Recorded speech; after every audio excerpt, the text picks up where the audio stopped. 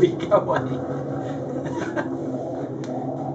No, not playtime for you. Hello again, Uncle Roddus here with another video. Big box of records has arrived today.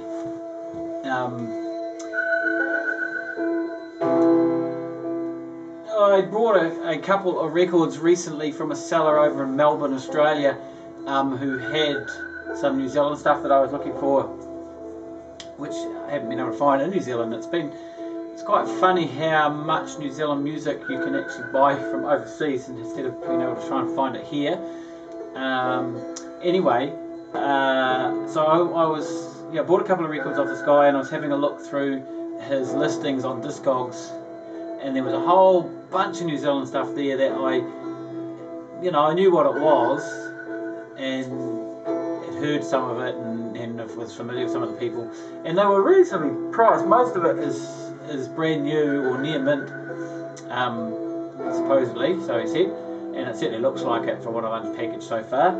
So the parcel was basically there at lunchtime when I got home, so I haven't hardly listened to any of it. This is pretty much, I listened to one side of half of the side, or one side of the record at lunchtime.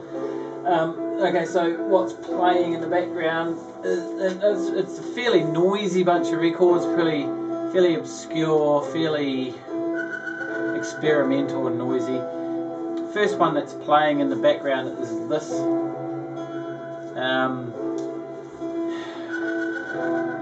Imbogodum, the Metallic Year, Imbogodum. So this is a duo. They're actually based in the UK, but they're from New Zealand originally. There's quite a bit of noise coming out of there, a bit of static on it. It's not the best pressing, is it? This was their first LP on Thrill Jockey Records, surprisingly. Yeah, as you can hear, it's fairly drony, experimental, and there's a fair bit of crackling coming out of those speakers. I tell you what, a lot of the pressings, especially from the US, are really very poor. The new ones, yeah, it's not good. This is from 2010. They've got two other albums out. I'd actually heard them on one of Chris Walker's Counting the Beat podcast, but not off this album. I think it was one of their later ones. Anyway, there's that one.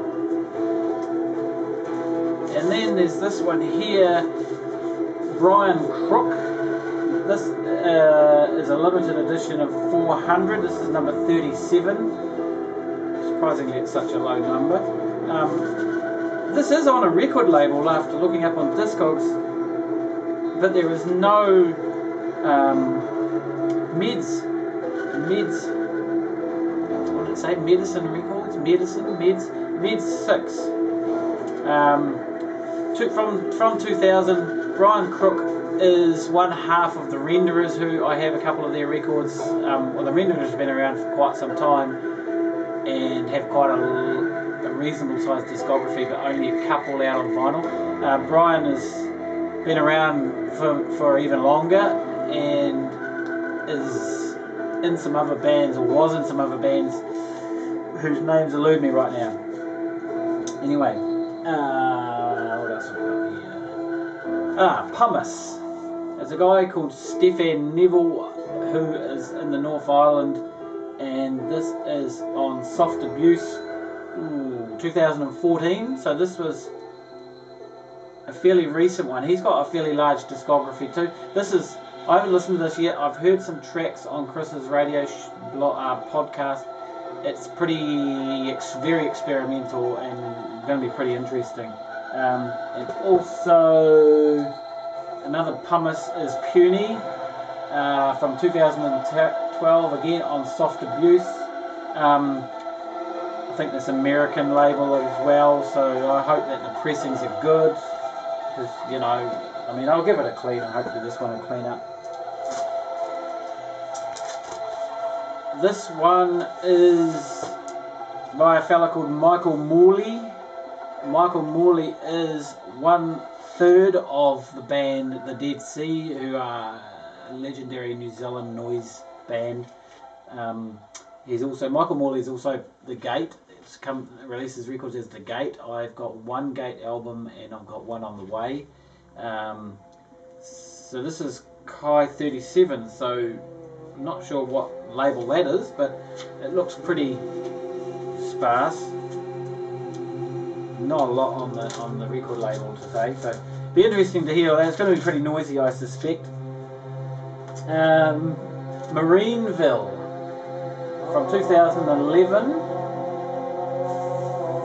What's this? First Visible Dog, is it? Is the record label? Marineville have just put a new album out here locally, and this was really cheap, so I picked it up with the bundle. Sort of an indie pop band, I think. Alistair Galbraith, Mass. This is a record I've seen quite a lot on the New Zealand YouTube, New Zealand Facebook page for the New Zealand vinyl lovers. This is a Stilt Breeze recording release from 2010. There's also another album that goes along with this. Is it called Clockwork or something? It's got a similar sort of cover. Alistair Galbraith, I saw him, didn't I see him at the Lines of Flight? I think I did. I'm not familiar with what he's going to do on here. I've got that album that I showed recently called A Handful of Dust, which he did with Bruce Russell from the Dead Sea, which is, you know, Michael Morley's mate. From what I understand, this is pretty droney from what I've heard about it, and I think he plays violin or something. Oh, there's a track with David Kilgore. That's quite interesting.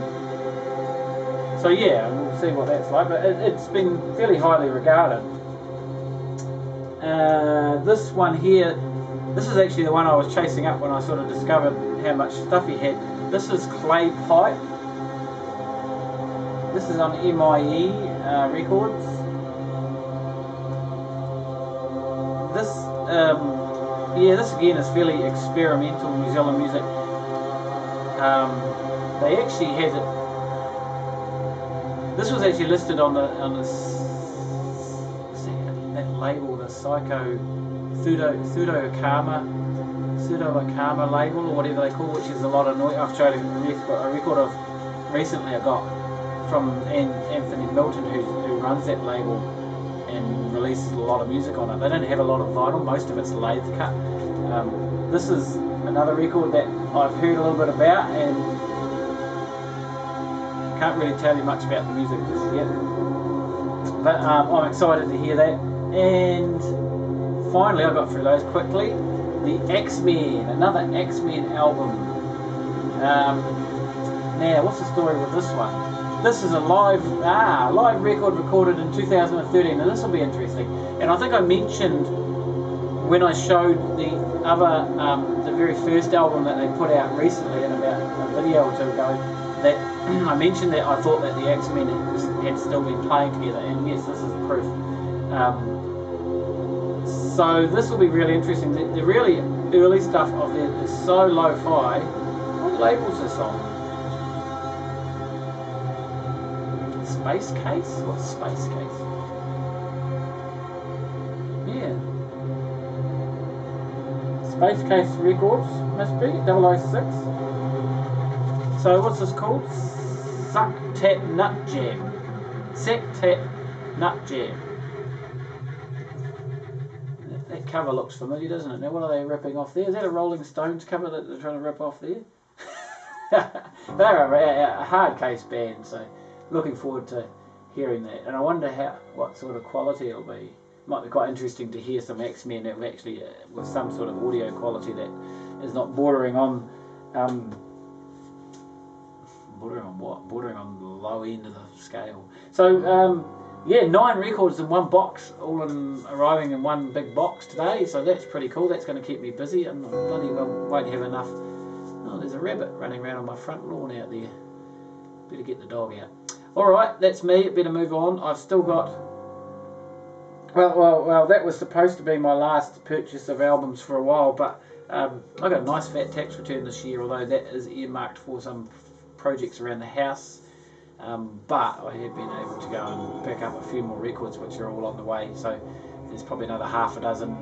Shit, there's probably more than that. There's probably another 10 records out in there in the mail coming to feed my addiction. Haha. Right, that's me. Catch you next time.